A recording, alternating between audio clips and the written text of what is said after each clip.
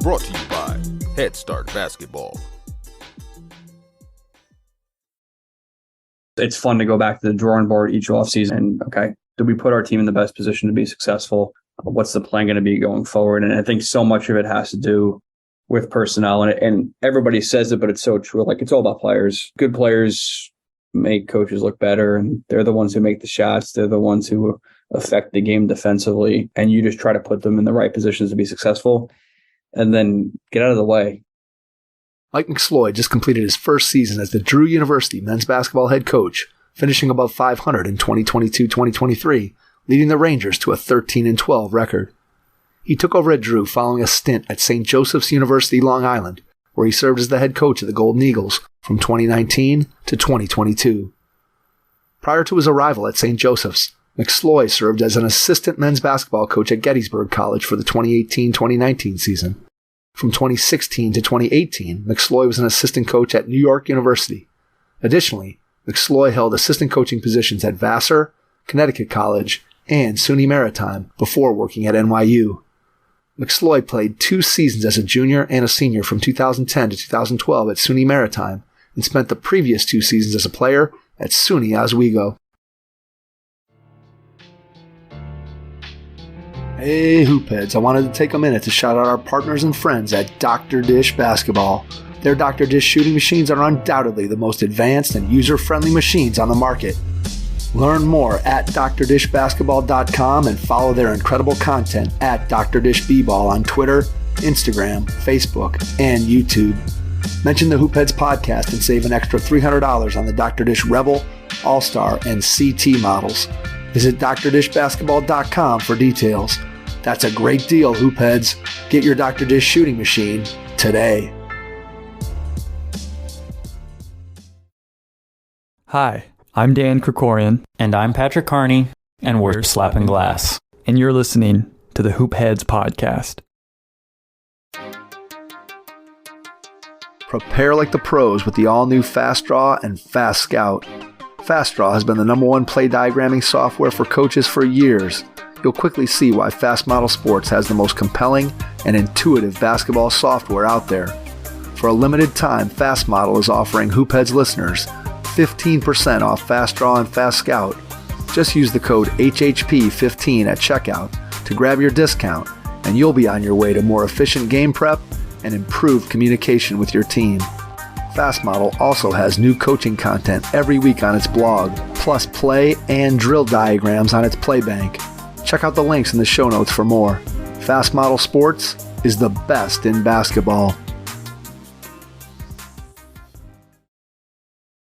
You'll want to take some notes as you listen to this episode with Mike McSloy, men's basketball head coach at Drew University.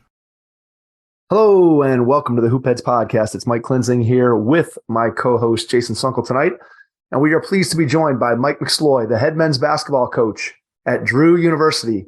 Mike, welcome to the Hoopheads pod. Thank you. Thank you for having me. Excited to have you on. Looking forward to diving into all the things that you've been able to do in your basketball career.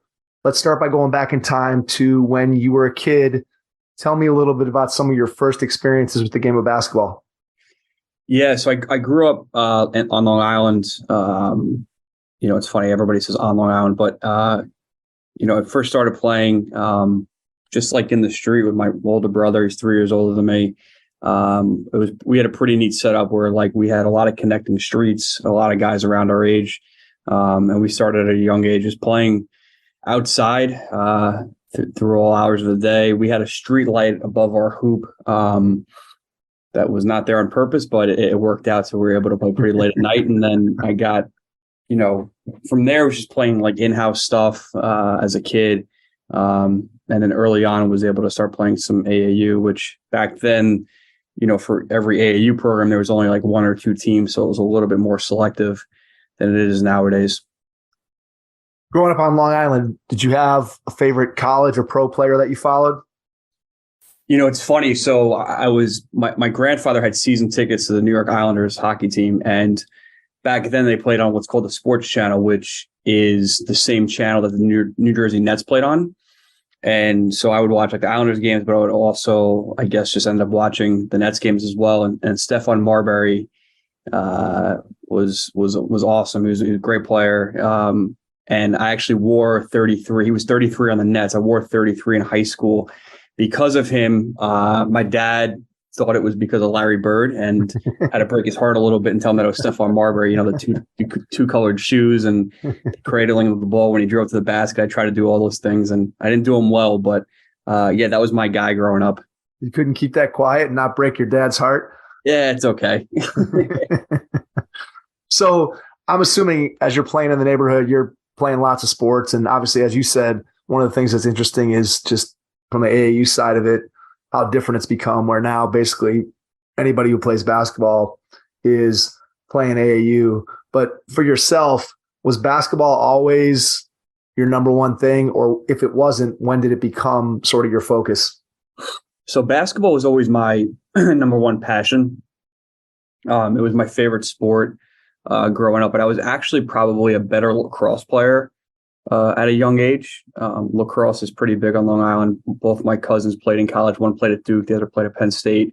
So it was kind of like a family thing, but my dad tells me the story, but I would play a lacrosse game and then sprint home and sprint to my room and grab my basketball and go back outside and shoot hoops. And it was funny. So after 8th grade, I decided that it was time to, stop playing lacrosse because it started interfering with AAU. And I remember when I told my mom that I was going to quit lacrosse, she actually started crying. She was like, "You're so much better at lacrosse." I was like, "Thanks, Mom." But, basketball is always my passion. I don't know what it is, what it was about it at that age.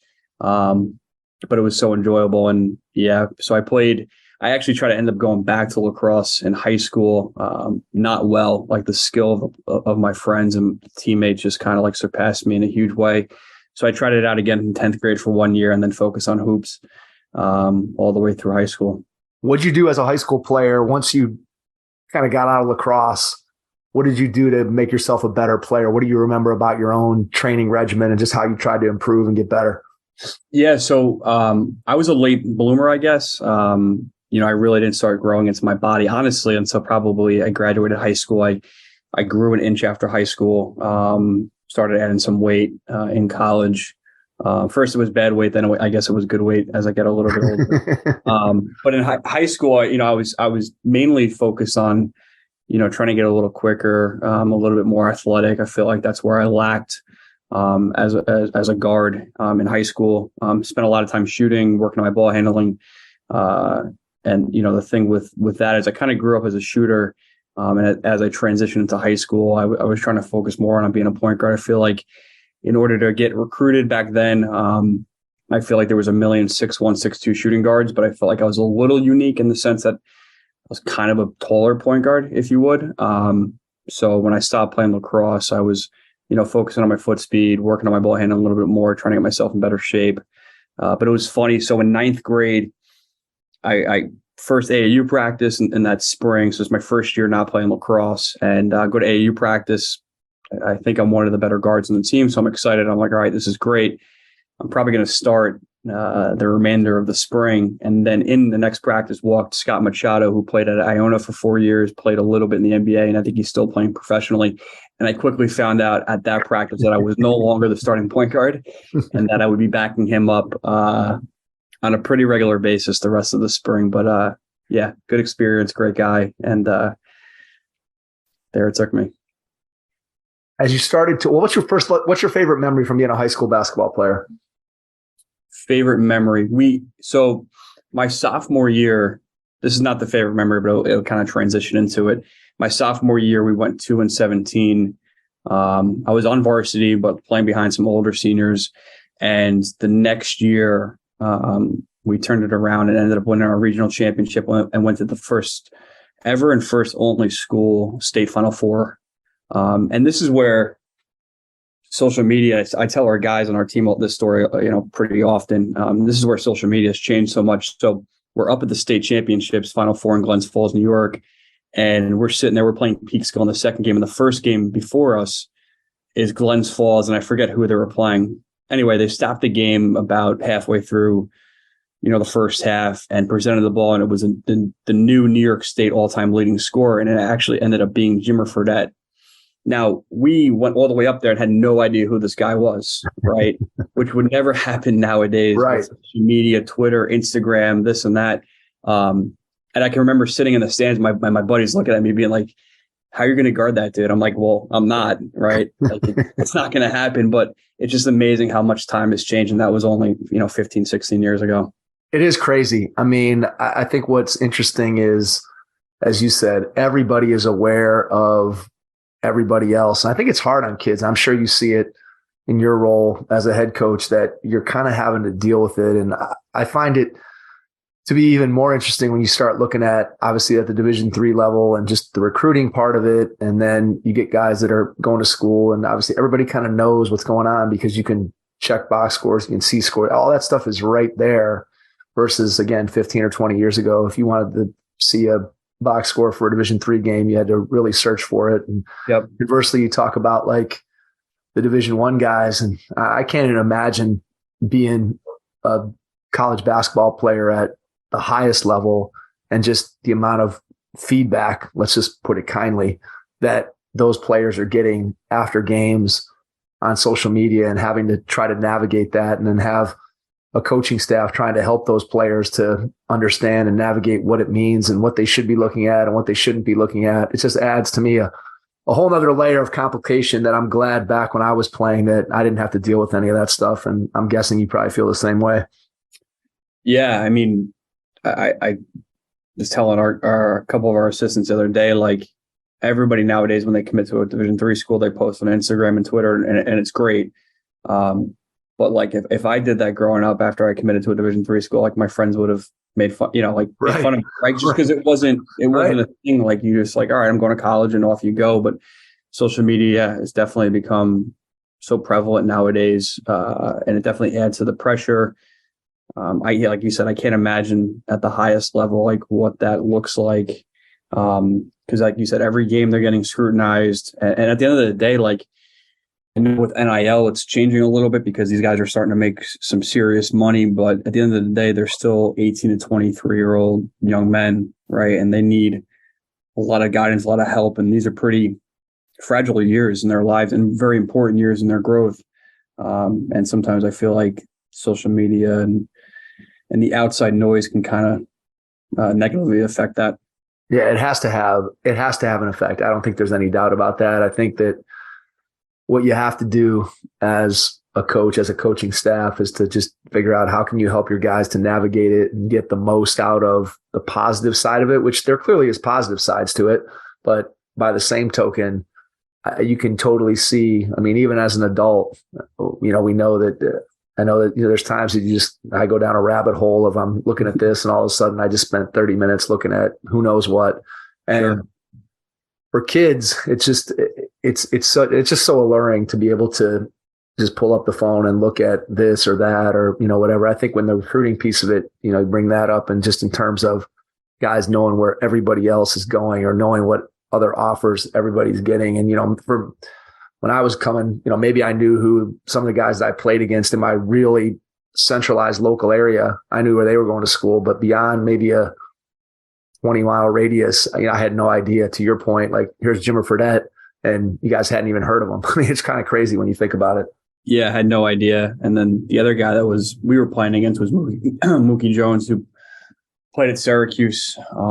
We knew a little bit more about him just because I think we scrambled and tried to, get some game tape prior to us playing them. Not that it helped very too well. I think we were down 8.5 and we were feeling good. Like, we're going to get these guys in the second half. And then we ended up losing by more than 30. But nevertheless, an amazing experience. And I think the older I get, the more I look back on it and think that was a really fun time in my life.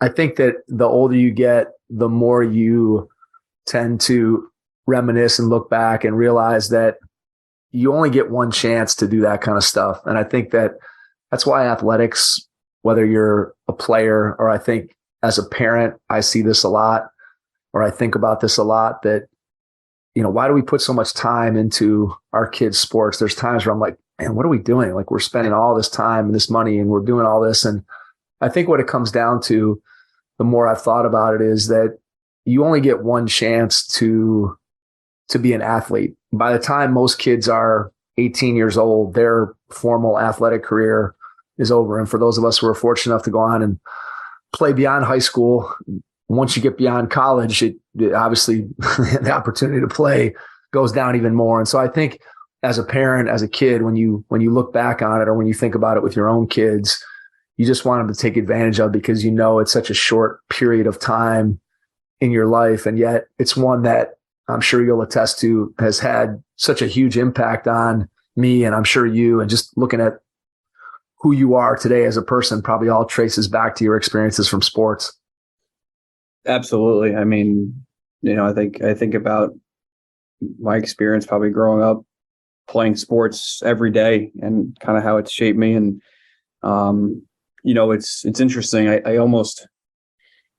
don't wish that our guys go through the adversity that they do, because it's hard in the moment to see them going through that. But as an athlete specifically, but in the back of my mind, I tell them this too. I say, guys, like, you have no idea. This is going to make you a better person, a better, family member. It's going to make you stronger in your relationships, because you're facing this adversity. And when adversity hits again in your life, and it always will, you're going to have different ways of handling it because of your athletic career.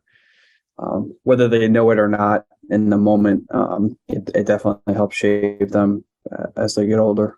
Yeah, there's no question. I think as coaches, if we take advantage of that opportunity to talk about those things as they happen, and I've often said, and I'm sure you'd agree, that there's a lot of things that are said that we don't necessarily appreciate right in the moment, but 5-10 years down the road, that that's going to have an impact. And I think about things that happened to me that, again, in the moment, I looked at it and was like, ooh, this is tough, or this isn't what I hoped it would be.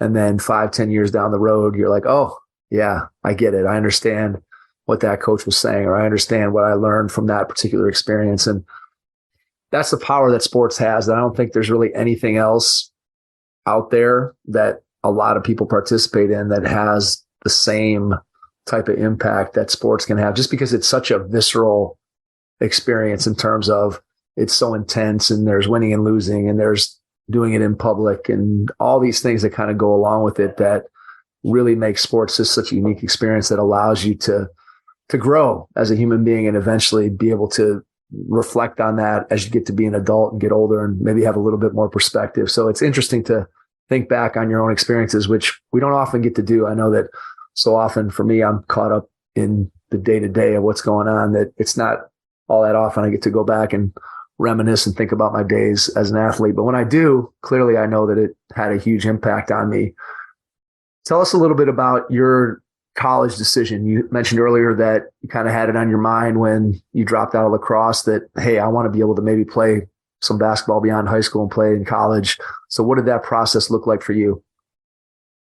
Yeah, I think up at the state Final Four is when I started to get recruited a little bit. At that time, a lot of the upstate SUNY schools, Oswego, Cortland, Oneonta, went to those games, and different than nowadays, right? Like, again, just to compare a little bit, like the huddle accounts, the highlight tapes, they really didn't exist. So I got some feedback a little bit from that tournament, and kept in contact with those coaches. And I remember I narrowed it down to pretty quickly Oswego and Cortland, and I went up and visited Oswego in October. And I went to their practice. Coach Broderick was the head coach at the time. And then now he's at Nazareth College. So I visited Oswego, and then I visited Cortland soon after. I think the same weekend, actually. I just loved Coach Broderick and Coach Farden, who was still there as an assistant. I felt like they were just really genuine guys. They showed a lot of interest in me, and I loved the way they played. A little bit different back then was they shot so many threes, and I just thought, like, it was so cool in practice, like watching these guys get up and down, they're shooting threes.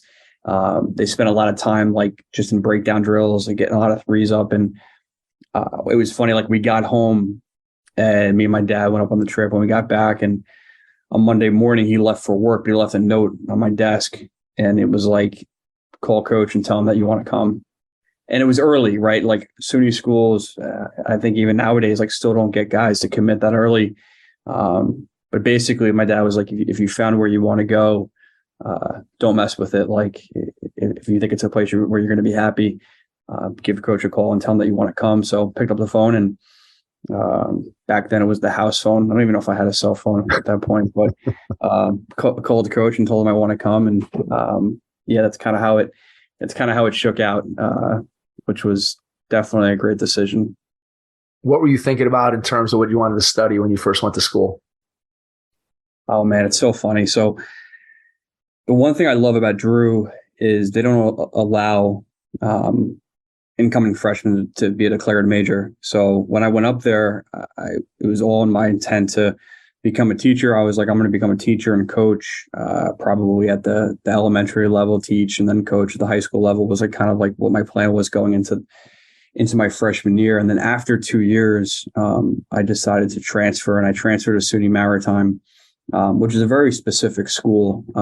Basically all the students who graduate from SUNY Maritime end up like sailing and going out to sea and either working on oil tankers or oil rigs or tugboats. And I remember when I was going to SUNY Maritime, like that was the new plan. And then that was a very short lasted plan. I ended up switching my major yet again to international trade. And then you fast forward soon after college, like I'm doing nothing that pertains to my degree. I'm coaching basketball.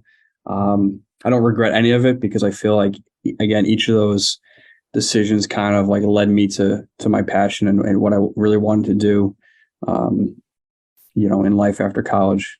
So how'd you get into coaching? Was that something that as you started looking and you're like, oh, okay, I got this degree, but man, I don't know that this is what I want to do. And I want to go into coaching. I know you kind of went into college with that idea. I'm assuming it was still kind of always in the back of your mind, but just talk about the actual transition and how you get that first job. Yeah. So what had happened was I finished my 4th year. I finished my eligibility, but I still had to do another year of school because when I transferred, I lost a bunch of credits in the transition, and SUNY Maritime was in the process of hiring a brand new coach. And it was pretty cool. It was a pretty cool experience. They, I guess, wanted a player involved in the search, even though I wasn't returning with eligibility. They kind of let me sit on the coaching search and the interview process. And thinking back, like that was such a great experience. I really wish I knew in the moment, like just soak it all in and listen to what these guys are saying. But nevertheless, SUNY Maritime hired Jake Scott, who had been there for a little while. Then he went to SUNY Cobleskill, and now he's at Cayuga. And I kind of expressed to all of the candidates in the interview process, like that I wanted to help out in any way that I could. And I remember he wrote me a handwritten note, and he was like, if I get the job, you can definitely, help me out and be an assistant. So I remember, like, not that I got on the job by any means, but when his name got brought up in the wrap-ups, I was all for him. There's some backroom deals going on there. It sounds like backroom deals, a little agenda on my end, I guess. I like it. That's the way life works. I know. Yeah, and it was great. It was amazing. So what had happened was he basically, I was still an undergrad, still taking classes. But he kind of threw me to the fire, like let me watch film with him, let me get out a little bit and recruit. And thinking back, like I'm still making mistakes, but back then I probably made a million mistakes and probably made his job in his first year harder than easier, which is not what you want from an assistant. Right. But I remember like just being in practice, and we didn't have a good record that year by any means, but I was like, all right, I can wear shorts and a t-shirt to work every day. I can be around basketball, and if I can make this into a living, like there it is, there's a dream. And I remember I called my dad and I was like, I think I want to coach. He's like, that's great. Like after work. And I was like, no, I want to do this full time. And that was kind of my start. And I guess I haven't looked back since. What was it like to coach at the school where you had just played? So clearly you're on the staff and some of your previous teammates you're coaching now. Now, granted, again, you're not the head coach and you're a first year guy, but just what do you remember about that experience and just sort of the transition from, I always think it's interesting to go from being a player in a program to being a coach in the same program where you kind of get to go behind the scenes. So just what was it like to sort of elevate yourself from player to coach within a program that you were already familiar with?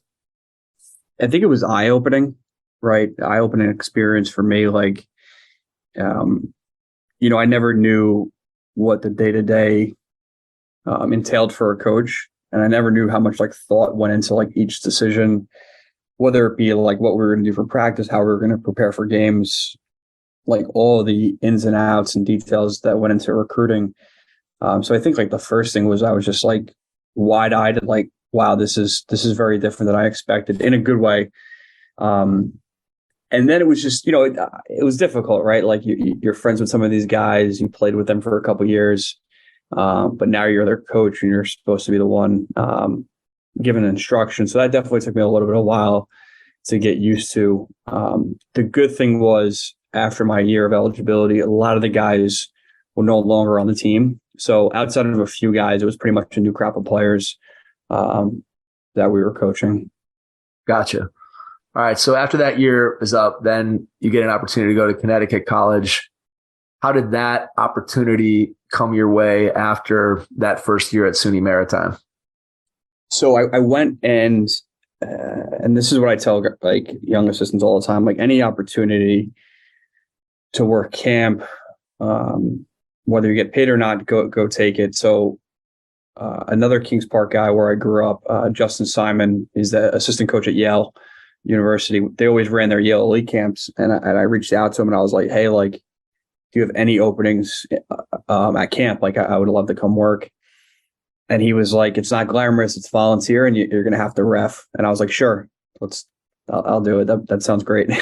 So I go up there, and my senior year of eligibility, we actually had played Connecticut College, and I just saw the coach there, Tom Satcher, and I went over and said hello.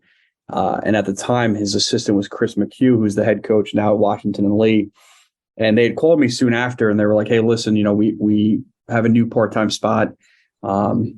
It's not, it doesn't pay a lot of money, but if you're interested in interviewing for it, we would love to get you on the phone and talk more about it.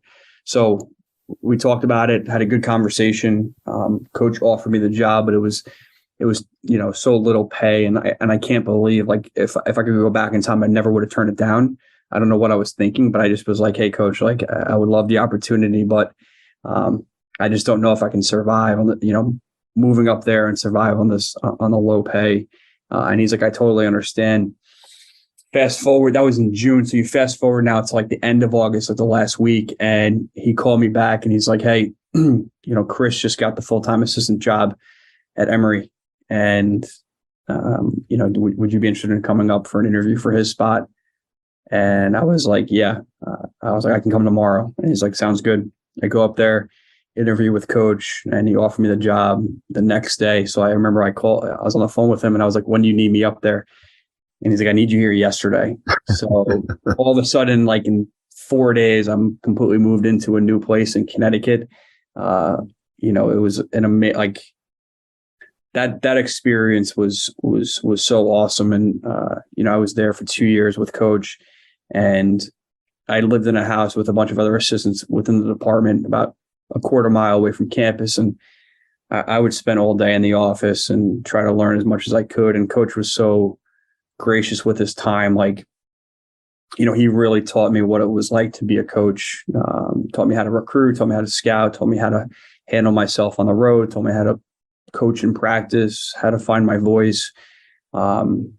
And those 2 years, like, completely solidified, like, this is what I want to do. I couldn't imagine doing anything else after that. When you think about that 2-year period, what's one or two things that stand out to you that you still feel are a really important part of who you are as a coach? Yeah, that's a great question. One or two things that really stood out. I think what you put into it is what you get out of it, is one thing. So, like, when I was there as an assistant, I spent a lot of time, and I think things have changed since then. Like, you can do a lot of work. You don't always have to be in the office 24/7. But I think just being available for the players was something that at that time I really prided myself on, and I still do to this day. I feel like, we're here to coach, but we're also here to be mentors and be a support system for them. And I think just sometimes just being around, is comforting for them. So that's something I try to still carry over to this day. And then the other thing would probably be, so much of coaching is about relationships, right? And how you treat players is super important. I firmly believe like the better you treat them, the more you'll get out of them every single day. So that's pretty much what I would say I took from those 2 years. But I learned so much, like I said before, from coach, just the ins and outs of how to run a program, how to scout, how to recruit, especially how to recruit was probably the biggest thing that I learned from him. And I just thought it was like, I'd call a guy and he'd commit. Like there's so much more, there's so much more that goes into it. And it's so rewarding when that guy finally calls you and tells you he's coming. What's the hardest part of the learning curve when it comes to recruiting? For you yourself, or if you're working with a young coach that's just kind of getting into it, what do you have to learn? What do you have to know? What about the process is challenging? Obviously there's a ton of things that are challenging, but when you think about somebody who's getting into it for the first time, what's the hardest part of it in your mind? I think the hardest part of it is figuring out. Now, I won't say figuring out the fit. I would say the hardest part of it is understanding the volume in which you have to do it and how much work you have to put in to each individual in order to try to secure a commitment. And a lot of that, I think the biggest adjustment is all the follow-up and how organized you have to be with each individual recruit that you're going after. And I think the consistent follow-up and the approach is probably the biggest learning curve. And I think along with being a head coach and being an assistant is probably figuring out the fit of each school, right? Like you don't want to waste too much time on guys that aren't a great fit, whether it be academically, socially, too far from home, too close to home. And trying to weed through that is probably some of the bigger learning curves that at least I think.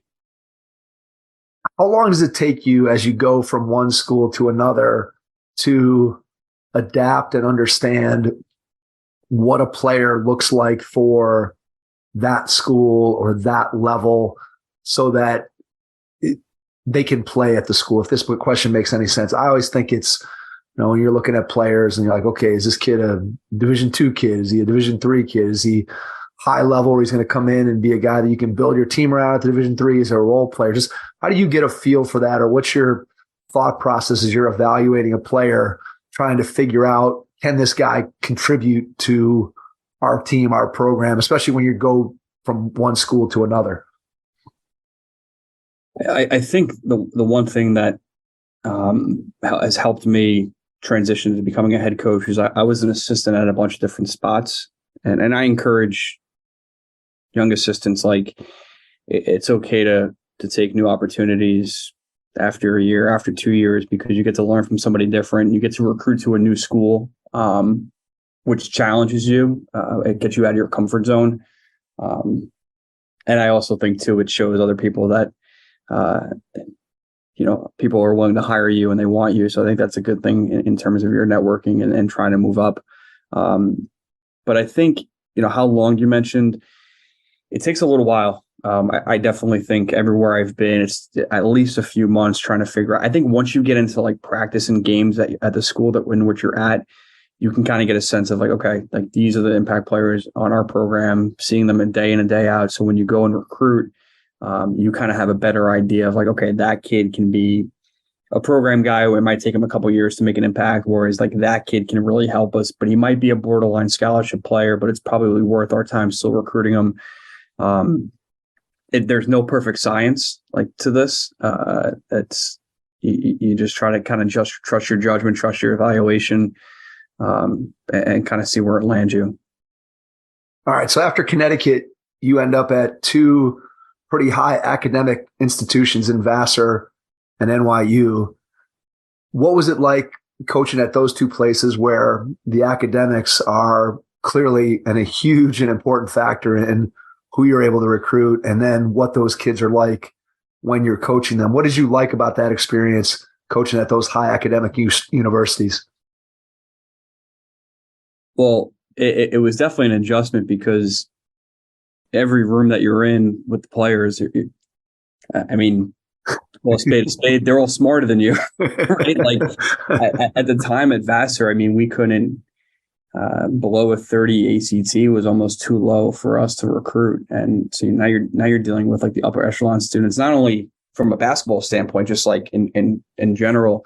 But it was pretty neat. Like, the biggest thing at those schools were the first thing you had to figure out was the student admissible, right?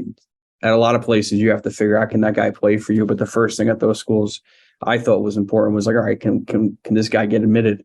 Is he admissible to the school? But it was pretty neat. It was pretty unique. I spent a year at Vassar and then 2 over at NYU. I can often remember though, like sitting there at team meals and listening to some of their conversations, right? And their conversations about like, finance or what they were going to do in life after college was so far advanced compared to like when I was 19 or 20.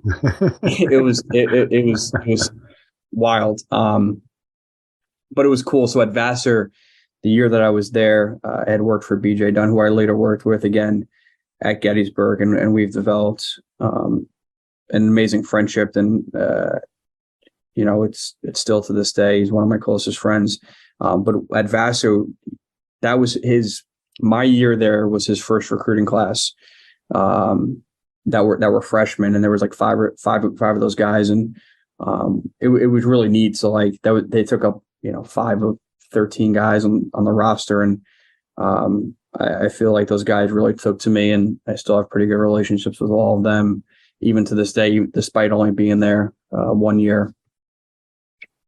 It's cool when you think about those relationships that you build. I think as a coach, it's something that I think most coaches, especially today, even more so maybe than in the past, really value those relationships, and not just the relationships in the moment, but the relationships as players graduate and coaches move on in their career and players get jobs and have families. And those connections, I think, are really, when you talk about reasons why you coach, obviously the challenge of coaching basketball and the competitiveness and all that, I think, plays into it. But clearly the relationships that you can build with players, I think, are something that across the board with coaches that we've talked to on the podcast, one of the things that they always talk about, especially today, is just those relationships that you can build with players are just tremendously special. And I think when you start talking about the experiences that you've had, even in just being there for 1 season or 2 seasons where you're not even there for the entirety of that player's coaching career, but yet you're still able to have that impact. I mean, it's powerful. It's powerful stuff what we can do as coaches. And it's always fun for me to be able to hear guys like yourself talk about how important that relationship piece is for them. So as you're in those 2 places, when do you start looking for head coaching jobs? Is that something that you're consciously looking for during your time here at Vassar and NYU, or where are you at in sort of your career thought process at this point? Yeah. And to go off your point too, like, as much as we as coaches try to make an impact on the players that we coach, I'm thankful because I feel like the players that I've coached have impacted my life and my career way more than I ever could for them. They've given me great perspective and honestly, just like great joy in the 10 years I've been doing this. So as much as I try to help them and impact them, they probably have no idea how much in a positive way they've impacted me as a person. But I was never, I would say, in a rush, I guess, to become a head coach, even though it happened, I guess, pretty young. I did really enjoy being an assistant. I felt like I wasn't the bad cop, which was always nice. And I felt like I was able to develop, pretty good relationships with the players. I really liked getting in the gym with them in off hours and working, getting up shots, working on their game. I really liked the grunt work of like the recruiting aspect, the scouting. I did really enjoy that. So I was never really in a rush to become a head coach. But I guess the one experience that I had that I was like, wow, okay, like now I really want to do this was after my second year at NYU, our head coach, Coach Neshi, had retired. And the new coach who came in decided to bring in his own guys, which I totally understand. But in that period, BJ Dunn had left Vassar for Gettysburg, and the head coaching job opened up there. And I obviously didn't land the job, but I was able to go to campus for an interview. And I remember going through that whole process, and you start thinking about your ideas, your philosophies, how you would run a program. It got me so excited about the potential opportunity. And I guess when that opportunity presented itself, despite the fact that I didn't get it, that's when I really started being like, okay, I want to be a head coach. And I was still young at that time. I think I was 27, 28, but that's when the wheels started really turning, I guess. Did you start putting together a portfolio, for lack of a better way of saying it, of just your thoughts and maybe things that you'd collected and ideas when it came to what you wanted to do with your program? Was that something that you started doing at this point? I did. And I, honestly, if I could go back, and I would encourage all young assistants to do this, I wish I would have started from day one with, being more organized with, collecting practice plans and starting to watch film in a way of okay, if I ran a program, would I run this, kind of create a video library, which a lot of guys do now on social media, which is awesome. It helps coaches around the country. But yes, at that point, I started putting together, I guess, a little bit of a coaching packet, starting to really, wrap my head around ideas. If I ever got the chance to take over a program, how would I run the program? But to be honest, you really never know until you're in that position, right? And I always remember I asked mentors how would I know when I'm ready? And they were like, you just got to do it. You just got to do it and figure it out, and kind of learn as you go, right? I don't suggest doing it day one. Not that that opportunity presents itself a lot, but I guess the best way to learn is as you're doing it. That's like being a parent, Mike. It's exactly the same. I'm not there yet, so I don't think you're ever. Well, let me just give you some advice. You're never going to feel like you're ready. At least I never did. And then once you do it, you kind of have no idea what you're doing. You talk to people and you try to figure out, hey, am I doing this right? What am I doing? And you realize very, very quickly that everybody is just kind of flying by the seat of their pants and trying to figure it out. And I think in a lot of ways, I loved what you said there about you don't know what you're going to do or exactly how you're going to do it until you're there, right? Because you can think about what you want to do as a parent or what your kid is going to be like, and you can think about your basketball program and what it's going to be like and what you want to do. And yet there's always circumstances, there's always things that pop up that you didn't foresee, or things that just were there, but you didn't realize you were going to have to deal with them. And I think that both from a parenting standpoint and a coaching standpoint, I think there's a lot of similarities there in that you have to really be immersed in the job. I've talked to so many assistants that have said, when I was sitting one seat over, I had all the answers. And I just thought it was as easy as, hey, here's this suggestion, or here's what we need to do to win this game, or here's what the program needs in order to turn around. And then when I became a head coach, suddenly I realized that those decisions are way more complex than what I thought they were as an assistant. So when you got the job at St. Joseph's, first time as a head coach, what were one or two things that really leaped out at you like, ooh, I didn't know that this was going to be quite as complicated as it is as a head coach? Is there anything that kind of fit that bill? So it's funny, when I got the call and I accepted the job, I mean, I was ecstatic, because St. Joe's back on Long Island. I was moving back home, and that's so rare, I feel like, in coaching, the chance to move back to where you grew up to become a head coach. So I was calling everybody, I'm moving back and head coach. And then I remember laying in bed that night at 1 o'clock in the morning, just startling me. And I was like, this is happening. This is happening. Now everybody knows I'm coming home. Now everybody knows I'm coming home. Everything you wanted is happening. And here we go. This is your thing now. And I remember when I took the job there, it was spring, it was April, May of 2019. And we only had 7 or 8 players in the program. And I remember at that point, I was like, all right, we have a lot of work ahead of us. And then I just try to take it one day at a time, a lot easier said than done. But in that moment, I was like, all right, and the other thing that I think, is what you don't every decision falls on you, right, as a head coach. Whereas, like you were mentioning before, as an assistant, you're kind of the suggester. You're not the one making the final call in a lot of situations. Whereas a head coach, every final decision is yours. And that takes a little while to get used to. I'm sure, though, once you get used to it, that ability to be able to shape your program, shape your team in the way that you wanted to, I'm sure that was and continues to be one of the best parts of being a head coach, is just being able to take an idea from your mind or from the paper or from wherever you get that idea, and then actually see it play out within your program, with your team, with your kids. I can only imagine how gratifying that is, and just from day one and then continuing on to where you are today. It's a lot of fun. It's, I think the biggest thing too is like trying to just be a consistent learner, right? Like I definitely don't know everything. So I'm always trying to absorb different knowledge from different people. And it's funny, like when you decide to do something and it doesn't work, like it's not the end of the world. You just try to figure out something else and put your fingerprint on it. That part of the job is a lot of fun. It's stressful, especially, because we're all competitive. We all want our programs to run and be successful. But it's, as much as it is stressful, it's even more fun.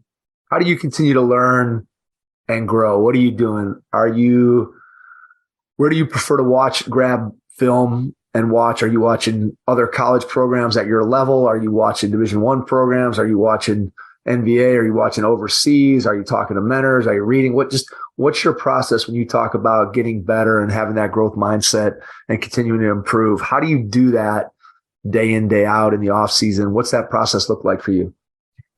Yeah. So right now in the spring, it's been a little bit more challenging in the sense that we're just trying to finish up recruiting. And I like to finish up recruiting before I really start focusing in on like, okay, like how are we going to play next year? Right. Because it all is based on players. My advice would be to any first time head coach is like figure out like 3 or 4 guys at your level that you really trust and that you can bounce ideas off of. So for instance, for me, like BJ Dunn at Gettysburg is somebody I consistently rely on. I use a lot of his ideologies and implementing them into our program. Taylor Roth at Hiram, like I call him all the time, text him questions all the time, like, hey, how would you handle this situation? Because those are the guys where it's most relevant. And if you can find guys that you trust and can lean on, I think that's super important. But I'm all over the place in terms of my learning. Podcasts, I think, are extremely valuable. I think, and also kind of branching out to watching film when you're watching college basketball, taking notes, going back on Synergy and, rewatching those games. And then somebody I got connected with over during COVID was Ryan Pannone, who was just hired by Alabama as an assistant. He was at New Orleans for the Pelicans last year as an assistant, but he's been around at a bunch of different places. But during COVID, he had put on one of those coaching clinics online. At the time, he was with Hapoel Jerusalem, and he put on a clinic about the 32 pick and roll offense, and it was very unique and European.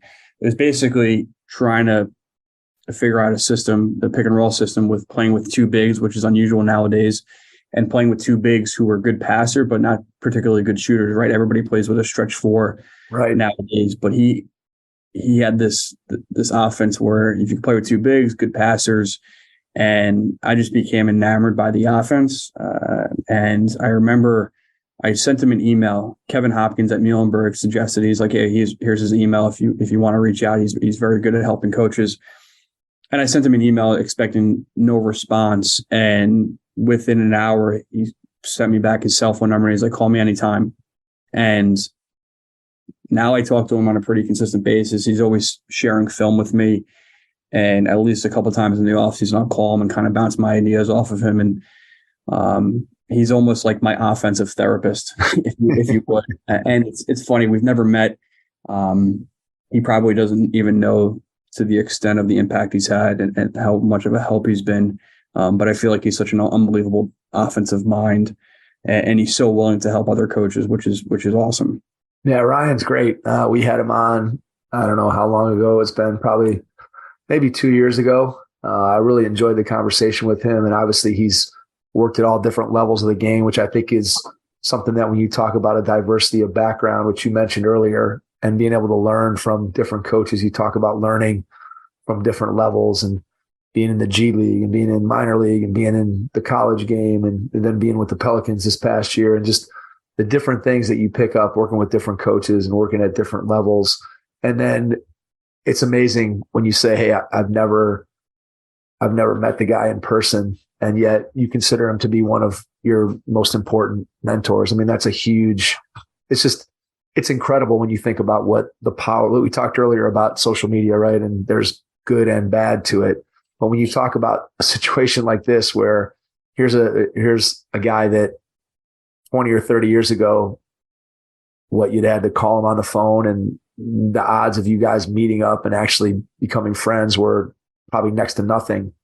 And now it's just so easy to be able to hop on and do a Zoom or just be able to connect with somebody, and then to be able to share, like you can share film, you can share video. It's so much easier than it was back in the day to be able to do that. So I think it's powerful when you start talking about learning as a coach. There's just so many more avenues to be able to get better as a coach than there was 20 or 30 years ago, where we just didn't have the power to connect through the internet the way we do today. I agree. I think it's the hard thing almost is filtering all the information. Right? Absolutely. When you watch all these videos, it's like, okay, I want to press like VCU. I want to run offense like UConn. I want to have my timeout structured like Brad Stevens. And at the end of the day, it's probably not realistic, right? So, and it's probably not translatable to your program. So it's filtering out like all these amazing ideas and ideologies and figuring out like, A, what are you comfortable coaching? And then B, would it even help your team? And I think that's like such a fun challenge in what we do. Yeah, it's a great point. And I think it's really easy when you go and you want to learn whatever. And I think you can say this as a player. I've often said that, when I was a kid, I did basically the same workout every single day from the time I was in 9th or 10th grade until I graduated from college. I had two workouts, one I did by myself and one that I did if I had somebody that was willing to shoot with me. And so those are my two workouts. I did the same exact drills and never varied from any of that stuff. And now you look at what kids have access to. And to your point, you go on there and there's 10 bazillion ball handling drills and there's a million shooting drills and there's all this stuff. And you got to be able to filter it. And I think from a coaching standpoint, it's the same way. You can go on and be like, oh, I love that action, or wow, that's really something that looks cool. And I'd really like to try that. And then you start thinking about it and you're like, you really got to get good at 2, 3, 4 things. And all the rest of this other stuff looks really good. Looks like it'd be a lot of fun. But to your point, you really do have to be able to filter that stuff out and understand what you're all about as a coach, what you feel comfortable with coaching. And when you talk about that part of it and you talk about coaching philosophy and what type of offense you want to run, what type of defensive team you want to be, when did you feel like, and maybe the answer is, I think probably in some cases it might be never, but when did you feel comfortable with, hey, this is who I am as a coach, and this is kind of the style that, again, given my personnel, this is sort of ideally how I'd like to play? When did you feel like you had a grasp on that? Yeah, so it's I've been a head coach for 4 seasons, 4 years, 3 seasons. During the COVID year at St. Joe's, we didn't play any games, but during that year, we had the chance to practice in the spring about 15 times or so. But you got to spend all winter thinking about, all right, like next year, hopefully when we play, because right back then it was kind of still the unknown. How would we want to play? And I always try to structure our offense and our defense around the personnel that we have. And I think it's at least important for me to be flexible, and then try not to overhaul things year to year, like give it a chance for the guys to get better at it. And give them a chance to develop within the system. But it's funny, going into being a head coach, I thought, man to man was always going to be kind of like the calling card for us defensively, pack line, tough, all these different things. And then for the last 2 seasons as a head coach, we haven't played a possession of man-to-man. We've played all 2-3 zone, right? So it's funny just how it kind of how it all transpires, and then it's fun to go back to the drawing board each off season and okay, was that the best? Did we put our team in the best position to be successful? What's the plan going to be going forward? And I think so much of it has to do with personnel, and everybody says it, but it's so true. Like, it's all about players. Like, right. Good players make coaches look better, and they're the ones who make the shots. They're the ones who affect the game defensively. And you just try to put them in the right positions to be successful, and then get out of the way, right? Like, try to not overload them with information. I think it's a really good point that you make about not completely overhauling your system every single year, but allowing it to build. I'm pretty sure it was Jason Zimmerman from Emory who we had on recently who said that you can't do that because when you do, then you never really build an experienced team. It's like every year you don't ever have seniors because you don't have guys that have gone through. If you're changing your philosophy every single year, and that's not to say that you're not tweaking things and making it fit, but if every year you're like, okay, this year we're going to play 2-3 zone, and next season we're going to play man, and the next season after that, well, that didn't work, so we're going to press. And so your team never develops that identity. And I thought that was a really good point that he made, and you obviously made the same one. And I think it's when you start talking about trying to put together a great team, obviously the more experience your team gets and the better your upperclassmen are, the better off you're going to be when it comes to winning and losing out there on the court. Yeah, that's a great point Coach made. I mean, he's one of the best coaches out there, and it's a great point. Like, if you overhaul everything every single year, you're basically, despite the guys being older, you're almost dealing with freshmen and teaching them a new way of playing. But I do think tweaking is important, and it's also, again, like, that's, for me at least, one of the more enjoyable parts of coaching is like just trying to rack your brain and figure out the best way to play. Absolutely. All right. So you're at St. Joe's on Long Island, you're home. Why Drew? What about Drew University made it a job that was appealing to you to leave a job in your home where you're from? Yeah. So leaving was hard. Like, it definitely, I remember when I told the guys I was leaving, it was a lot of emotions, a lot of tears. I mean, basically, we kind of rebuilt the program from the ground up. And the unique thing about St. Joe's is there's no dorms there. So all of those players are commuters. So we had guys, I mean, some guys live 10 minutes from campus, but, we had other guys who were committing to us and driving 50 minutes every single day to practice, to school. And my concern in taking over that job was like, all right, how are we going to build a good team culture when everybody just like disperses after practice? But that group was extremely close. And I think maybe because they were kind of all in it together. But we recruited really good guys, really high character guys who we knew would be willing to work hard, and was super excited what we accomplished in a short time there.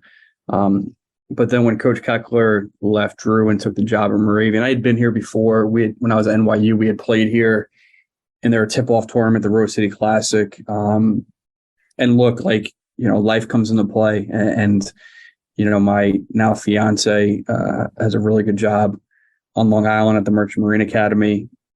So I knew if I took another step in my career, it wasn't going to be across the country. I think that part of my life is over.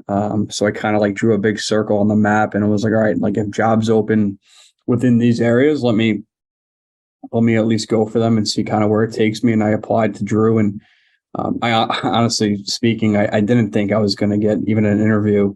And luckily I was able to land a Zoom interview, which kind of led to the on-campus portion and then being offered the job. But I remember going through the process, becoming more and more excited about the job. I think the biggest thing from that kind of like led me to this, to really wanting it, was that, they had a lot of recent success.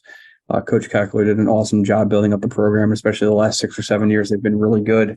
but the area in which Drew is located is really unique. Like the campus is beautiful, but the surrounding towns, Morristown, Madison, have a lot going on, very close proximity to the city, and thought that from a recruiting standpoint, we have a lot to offer, which kind of made the job a little bit more attractive. Your first impression is everything when applying for a new coaching job. A professional coaching portfolio is the tool that highlights your coaching achievements and philosophies, and most of all, helps separate you and your abilities from the other applicants. The Coaching Portfolio Guide is an instructional, membership-based website that helps you develop a personalized portfolio. Each section of the Portfolio Guide provides detailed instructions on how to organize your portfolio in a professional manner. The guide also provides sample documents for each section of your portfolio that you can copy, modify, and add to your personal portfolio. As a Hoopheads Pod listener, you can get your Coaching Portfolio Guide for just $25. Visit coachingportfolioguide.com/hoopheads to learn more. What were some questions that you had for the administration at Drew during the interview process that you wanted to have answered to make sure that you felt like it was the right fit for you? I think one of the questions I had for them was, what are your expectations for the new coach, right? And I think kind of clearing the air and figuring out like what their expectations are as a department, as a department in a whole, but also from the new basketball coach is super important, because not that you're afraid of any challenge, right? But if I asked that question and they were like, we want to win a national championship next year, well, I don't know if that's possible, right? Like, who knows? Maybe at some point like that, all the stars align and that becomes a reality. But I don't think you want to walk into a situation where expectations are not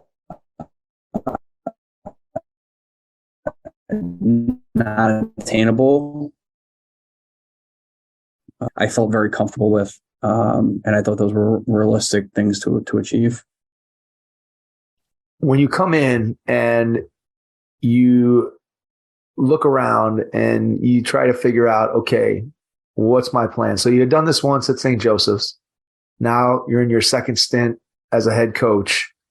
What were some of the first things that you needed to do, wanted to do, had to do when you got the job? I'm assuming that meeting with the returning players was probably high on your list, but along with that, maybe you talk about what that process was like. But if there's something else that you felt like, okay, in the first week or two, I got to get this done to kind of get us off on the right foot as we start building what we hope is going to be a really successful program. The first thing was when I got the job, and this kind of came up in the interview process, was 4 of our best players were in the transfer portal. So Howie McBurney, who is graduating this year, 20 points, 11 rebounds, first team all conference, first team all Met in the transfer portal. Malcolm Newman, returning second team all conference guard in the transfer portal. Andrew Turco, this year he shot 40% from three. So you got a lot of good players in the transfer portal. So I was like, all right, I have to re-recruit those guys, right? And I remember that was the main focus. And luckily for us, all 4 of them decided to stay. So then I felt comfortable about taking the next steps, which was getting on the phone with every single one of those guys, and just trying to get to know them on a little bit of a deeper level, and just have casual conversations, like, why did you choose Drew? What about the program are you excited about going forward? Because I got the job in the summer, so I knew I wouldn't see a lot of these guys face to face until the school year started. What were some of the things they told you about why they had chosen Drew in the first place that you felt like, okay, I can see what the positives are, why they came here? What do you remember them telling you about that? Everybody answered this question. Everybody answered this question the same, but in a different way, if that makes sense. So it all came back to the players, right? Like, I chose Drew because on my visit, they made me feel like family, and I saw how well they all got along with each other, and I wanted to be a part of that. And that answer was the same, just worded differently from everybody I talked to. And I felt like from that cultural aspect, I was like, wow, must be a really good place to be. And since I've been here, that has remained true. Like, we have really good guys in our program, just very welcoming, very easy to be around. And the school is the same way. But I just was like, at one point I asked them, I was like, did you guys plan this answer? Like, you're all saying the same thing, but it's just, and I've noticed it too firsthand. Like, when we have recruits visit campus, like, our guys are just natural, and making them feel welcome, making them feel comfortable. And I knew, like, okay, that they have something special in that regard here too. When you get the job, how do you go about figuring out what you need to do in terms of recruiting? Looking at your roster, what was that first year of recruiting like? Yeah, so we're still in the midst of it right now. We actually got a commit about an hour ago, so we're pretty excited about that. Nice. Yeah, thanks. But when I got the job, we had so many players on the roster. I'm talking north of 20. So we kind of had an idea of what we needed to, like, of the type of player we needed to recruit. It's just, we didn't really know the number of guys that we needed to bring in until we started our season, and kind of to figure out, like, all right, these are where we might see some holes. And that probably put us beyond the 8 ball a little bit. And I think, I probably wish we would have spent a little bit more time kind of like racking our brains around about that a little bit earlier in the year. But it's a challenge when you have so many guys. Even though we graduated 6 guys, having a roster north of 20, trying to figure out how many guys you're looking to bring in is definitely a challenge in and of itself. How do you feel about the difference in watching a kid with their high school team versus their AAU team? And how much do you weigh one versus the other? I think it's probably shifted. Again, something that's changed over the last 15 or 20 years is, when you were being recruited, or when I was being recruited, certainly the high school season and the high school coach was more important in the process. And I think now, talking to a lot of coaches, just because of the ease of being able to see a whole bunch of players at once, and also seeing those players play with and against a lot of other high-level players, that AAU is sort of maybe taking precedence. So just how do you look at that balance between evaluating a kid with their high school team versus with their AAU team? I think you nailed it by saying it's definitely a balance.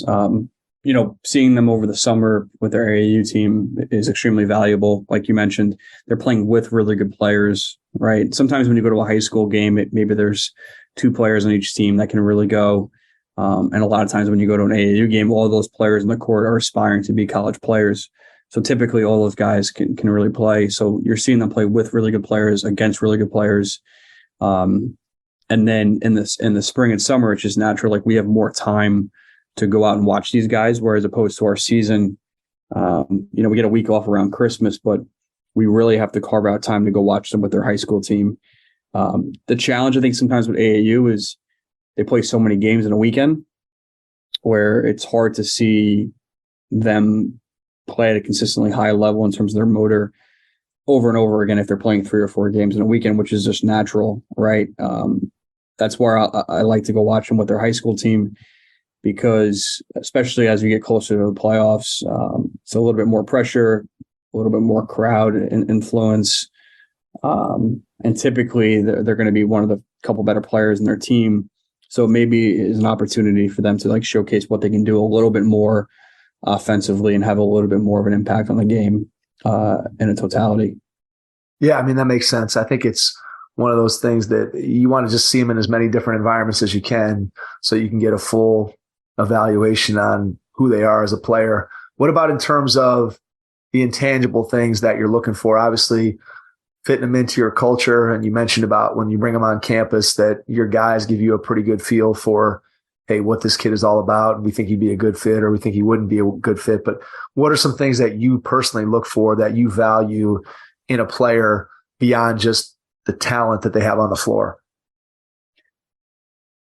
I think the biggest thing is the motor in which they play with. I just think if they play hard with their AAU team, and they play hard consistently with their high school team, regardless, I guess, of how many minutes they're getting. Usually with their high school team, they're going to play a majority of the game. Sometimes with the area U team, they might play half the game. And I think what the motor translates to is how passionate they are for the game. And I think you really need to love it at the Division III level to see it through and to be a really good player. Because it's a long season, right? There's no scholarship binding you to being on the team. You get an academic merit scholarship, like whether you stay in the team or not, like you're still going to get that to go to the school. So I think just trying to figure out in the process, like, does this guy really love basketball from a genuine level? And you don't always nail it, right? Recruiting is not, like I said before, it's not a science or a perfect equation. But I feel like if you can get more guys in your program who genuinely love it, who want to be in the gym, who want to get better, I do feel like you have a better chance of being good consistently, which is really hard to do at this level. I mean, I've been blown away. You mentioned Coach Zimmerman before, like they're always good. And that's so hard to do at this level because you consistently have to bring in good recruiting class after good recruiting class without really skipping a beat in there. Yeah. And I mean, I think the challenge too is, you mentioned it earlier about guys committing early, and there's still with social media, as you said, there's a ton of pressure out there. There's a ton of guys looking, and obviously players are looking for scholarships, right? It's something that they've been hearing probably from their parents and people around them for a long time. And so a lot of people are chasing that scholarship, whether that's realistic or unrealistic. And so to be able to consistently get those players, and right, really, if you want to be successful at the Division III level, you're recruiting and you're bringing in guys that are probably scholarship players, and for whatever reason they're able to choose in your school for the academics or the culture or the coach or whatever it might be. And in order to win big at Division III level, you have to recruit players who are probably capable of playing a level above where they're actually playing. And I think that's how you really have success. And as you said, that is really, really hard to do year after year. I mean, you can catch lightning in a bottle once in a while, but somebody who's doing that year after year is doing something right. There's no question about it. Absolutely. I mean, there's numerous guys who do it. Coach Zimmerman, we mentioned before, Coach Broderick at Nazareth, like his teams are always good. Jason Leone out of Oswego. I mean, they won 28 games this year, 27 games last year, upstate New York State school. I mean, it's just remarkable what he's done. And again, year in and year out, getting good players, getting them to buy in, playing the team game. Like, these are all challenges nowadays, and these guys have seemed to nail it. So maybe try to pick their brain a little bit more than I do. How often when you sit down with your staff and you're talking about a player that you're recruiting, how often is there a general consensus that, hey, this guy's a good fit? I don't know if I'm asking the question quite correctly, but I'm just curious of what the discussion is when you're talking about, hey, is this guy going to be one of the players that we really want to target, that we want to bring in? How much of a consensus is there that, hey, this is the kid that this is a kid we want to really target? Well, we talk as a staff pretty consistently. We have consistent, fluid conversations. So I think just naturally in those conversations, we're talking about certain guys and like, okay, this is a top guy for us. We feel like he can really help us from day one. We feel like it's a good fit for so many different reasons. So I don't know if we ever sit down and say like, okay, like who are the 5 top guys? Like everybody's kind of on a recruiting board. But I think if we find ourselves talking about certain guys every day, pretty much, I think we all know that they're top targets for us and guys that we need to be consistently on. Yeah, that makes sense. Right now, at this point where the season's over, obviously at the Division III level, the amount of contact that you can have with your players, you're getting your 8 days here for the first time, which I'm sure as all the D3 guys we've talked to are excited about that. But for the most part, you're limited in the amount of contact that you can have with players on the floor. What are you guys doing right now in the spring to sort of put a bow on last season and then start to prepare for what's going on next year? Yeah, so I think it's really important to have good leaders in your program. and leaders can come in all forms. They can come in all ages, right? Like when I was at St. Joe's in the spring of 2021, we had named a freshman a captain, right? We just thought he was mature, kind of got what we were, kind of understood what we were trying to do as a program, was very bought in. I think he commanded the room, and I think it was a decision at the time where it kind of maybe throwing some people off, but he ran with it, and he's still a captain there now and doing a great job. But again, I think it's really important to have great leaders and guys who are willing to hold their teammates accountable. I'm a firm believer when the season is over, trying to give them some space, time away, especially right when the season ends, like emotions are high. So I give them 3 weeks, honestly, 3 weeks to a month off. And then after spring break, we meet with each guy individually, kind of have wrap up exit meetings. And in those exit meetings, we give them questions ahead of time, usually 7 or 8 questions. And we give them the questions ahead of time and let them kind of think about, their experience, right? So we ask them different things. What did you like? What does the coaching staff have in place that helps you and your teammates? What can the coaching staff do differently to help you and your teammates? What do you think your strengths are? What do you think your weaknesses are? Just so there's a lot of back and forth in those meetings. I never found it useful if a coach just sat a player down and told them how he felt the season went, never asked for the players' feedback, especially in the current climate. And I think it's important to get their feedback. And also, too, it's interesting, like what they say, and sometimes if you're hearing a consistent message, maybe it's time to look in the mirror in what they're talking about. It's also, too, it's funny, like when you ask somebody what their strengths are and they say shooting and they shot 22% from 3 on the year, maybe it's a great opportunity to kind of bridge the gap and have a conversation. And we always tell them when we go into those meetings, it's okay if we're not on the same page, but let's do our absolute best in this meeting to leave here on the same page and to give you a plan going forward. But then in the spring, we're just checking on guys. I know they're playing pickup and they're getting their work in, but more of just being here as a sounding board and a support system for them before they head into the summer. How do guys at your level, how do they get better, and where do they find games to play in the offseason? I know that this is something that has definitely changed.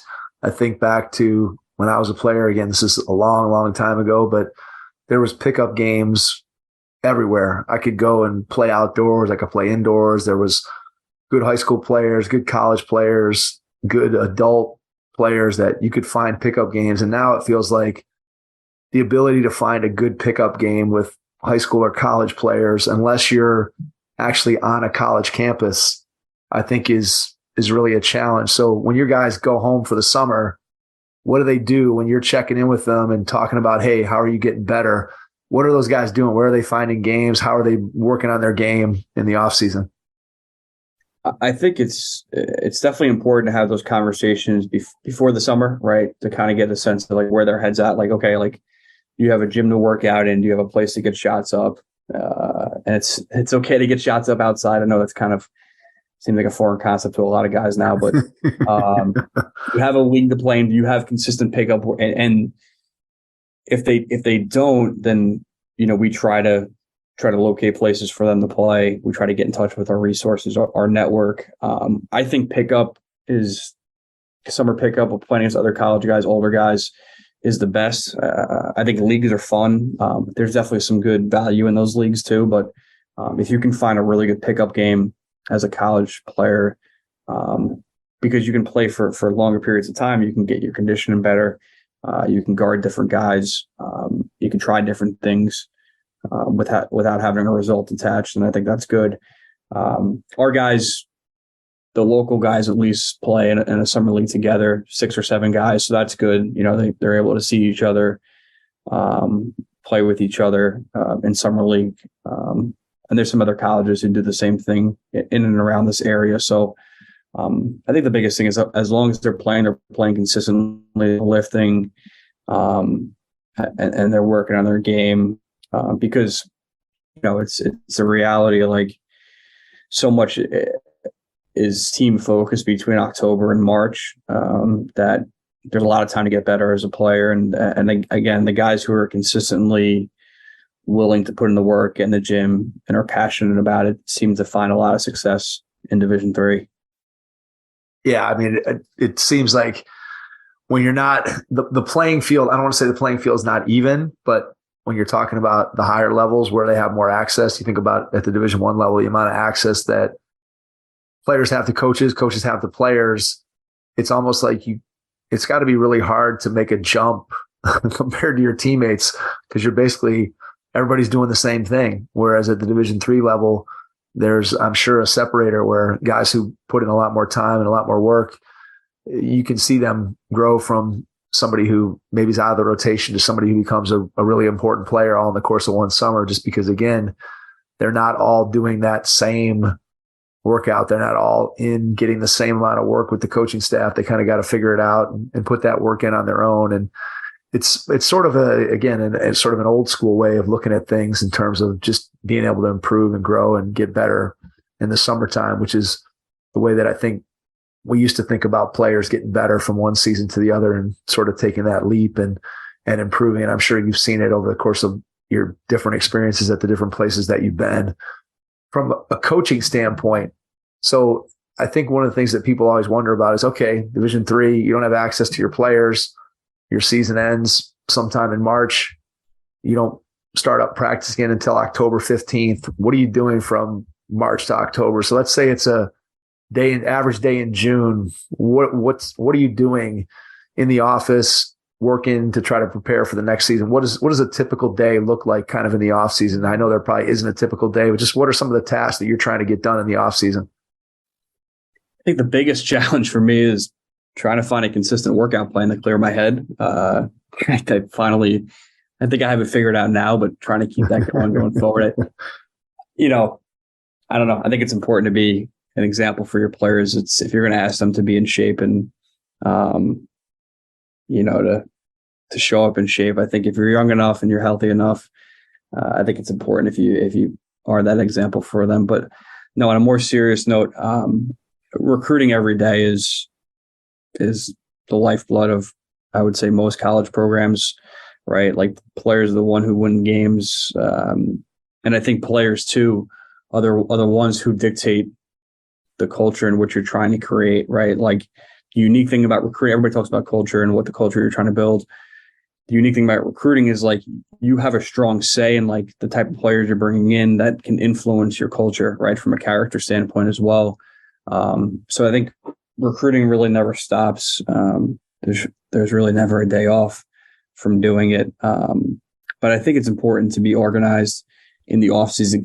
You can get kind of shuffled around and trying to accomplish too many different things. But in a typical day in June, I think at that point is when we're starting to figure out, all right, how are we going to look to play next year? And I kind of like to break it down into different areas within our program. So like practice structure, offensively, half court offense, full court offense, half court defense, full court defense, and kind of take time to kind of narrow in on each of those, right? Like it's not offense one day, defense the next. And we might really like lock in on offense for like the whole month of June and really try to figure out how we're going to play. And then when July hits, move on to the defense side of the ball. And then you get into specials, sideline out of bounds, baseline out of bounds, end of game, and just trying to be super organized as you head into October or now. I guess we can do it in September, which I think is probably throwing a lot of Division III coaches for a loop, having these extra 8 days. We're not going to know what to do with ourselves. Do you know what you're doing with them? Have you figured out kind of what the plan is? I haven't. I have an idea of how I want to structure the days. I kind of want to build our guys up a little bit before we start the 15th. So I think we might do like a 2-day week, a 3-day week, and a 3-day week before we really get going, just to kind of build up their legs. And, I think we do want to spend a lot of time with player development because when October 15th hits, like we're going to have 3 weeks before our first game. And it's really hard to spend a lot of time with the individual. So I think maybe taking, parts of these 8 days to really work on their footwork, work on their fundamentals, kind of break it down slowly for them so that when the 15th hits, like everything is not completely new to them. But I think the biggest thing in the off season is being organized creating a to-do list, like a monthly plan, a daily plan, and just trying to stay on task because when the 15th hits, I mean, the rest of your life kind of shuts down a little bit. What's your practice planning look like for you? How do you sit down? When do you sit down? Are you doing it as a staff? Do you come up with it first and then share it with the staff? Just what's the process for putting together a practice? Sure. So for the first practice, I mean, I start thinking about it way too far in advance. I'm too excited, and it's probably not the best use of my time. But I create a document on my computer leading up until our first game, and it's like, all right, these are the things that we have to get in before our first game, and we try to keep it to a very basic level, right? We don't want to overload the guys. We don't want to rush things in, but like, you need a press break before the first game in case a team presses, right? So like, we have to make sure that's in. Like, you have to have a certain amount of baseline and bounce plays. You have to make sure you have half court sets that you want to get to in those situations. But so we create that document, and then we create a little bit of a longer document of like, all right, what are we trying to get in by Christmas? And then it never fails. Like, after the first day or two, like, you have to go back to it and like rearrange it a little bit, but at least you have an idea of what you're trying to input as the season goes on. And then with practice, I spend an awful lot of time thinking about practice. I think the one thing I'm trying to get better at as a coach is like, as the season goes on, not being as repetitive with our practice plans, trying to create like a little bit different, I don't know, create a little bit of a different look for our guys. But usually when practice ends, I come back to the office, we talk about practice, how we think it went. And then I spend at least an hour, at least writing down the ideas of what I want to do for tomorrow and kind of revisiting it the next morning. All right. Like, you write down your ideas kind of in the emotional state. All right, this is what I want to try to accomplish tomorrow. And then when we come back to it in the morning, then I spend a couple hours, 2 to 3 hours planning practice. And we're trying to get the most out of our time on the court. You know, we rarely ever exceed 2 hours. And then as the season goes on, we even, cut that down quite a bit. So just trying to maximize our time. And we spend a lot of time trying to make sure we're organized. The one thing about practice that I think I struggled with as a first-year head coach is I wanted it to be perfect, right? Like, I wanted all the drills to run smoothly. I wanted all of our live play to look good. And I got so caught up in my first year of like, it has to be clean to the eye. And I remember listening to like Chris Oliver's podcast and him talking about like, it's supposed to be messy, right? This whole idea of like, practice is supposed to be messy because that's how the game is. And the game is very unpredictable. A lot of things happen in the course of the game that you can't have control of as a coach. So almost creating that environment a little bit in practice forces me to step out of my comfort zone a little bit, but I think it makes it a little bit more game-like for our guys. That's sometimes hard to do as a coach. I know that obviously has changed over the years in terms of how much do you do the block practice of repetitive, I'm working on this move and I'm just doing it over and over again, versus the random and games-based approach that I think is much more prevalent now, that the practices have to look like the games in order for the learning to translate. And yet sometimes I know that as a coach, it's sometimes hard because, as you point out, that you want things to be perfect. And I've often said on the podcast that I remember my first day as a coach, I coached a JV team, and I went into my first practice, and after 5 minutes of the first drill, I was like, oh my God, there was 500 things that they did wrong that I wanted to fix. And I quickly realized that there was no possible way that I was going to be able to fix everything and stop play every time I saw something that I thought should have been done differently. And so you learn, I think, as a coach, that you have to deal with some degree of those mistakes, and you have to focus in on, okay, what am I looking for in this drill or on this day or in this practice? And some of the other things, not that you're letting them slide, but some things you just have to be able to put to the side for another day so that you can focus on what your main goal is for that practice or for that drill or for that day. And that's, I think, a skill that it takes coaches a lot of time to develop. And to your point, I think you experience it, and I know I still experience it, that it's always a work in progress, because I think you're always wanting it to look perfect. It never does, if that makes any sense. No, it does. I mean, spent so much time the first year. Just okay, it's got to be perfect, and then when you watch a game, it's anything but, right. And creating that environment, and then picking and choosing like when you're going to stop practice, and I think it takes a little bit of a while to get used to. And we do one thing in practice, and I think it's we scrimmage a lot, we play a lot. We don't always just like run up and down 5-on-5, but we try to score it differently because we're trying to get, again, like to your point,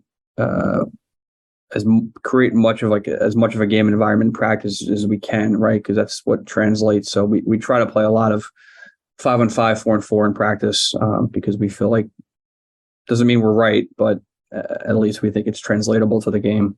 Yeah, no, it makes a ton of sense. And I think it's definitely the way that the game is trending. And I don't think you can really argue with the concept of, if you're going to be good in the game, then you want your practices to look as much like the game as they possibly can. And then you start talking about putting in the constraints and sort of focusing the action on particular things that you want to work on. And I think that's where you really get the most bang from your buck with a practice. And that's how you win, is you get the most out of your practices, you develop your players, and you try to get them to be the best that they can be. And that's when you're on your way to having a successful program. We are coming up towards an hour and a half here, Mike. So I want to ask you one final 2-part question. Part one is, when you think about the next year or two, what is your biggest challenge? And then part two, when you think about what you get to do every day, what's your biggest joy? So your biggest challenge, and followed by your biggest joy.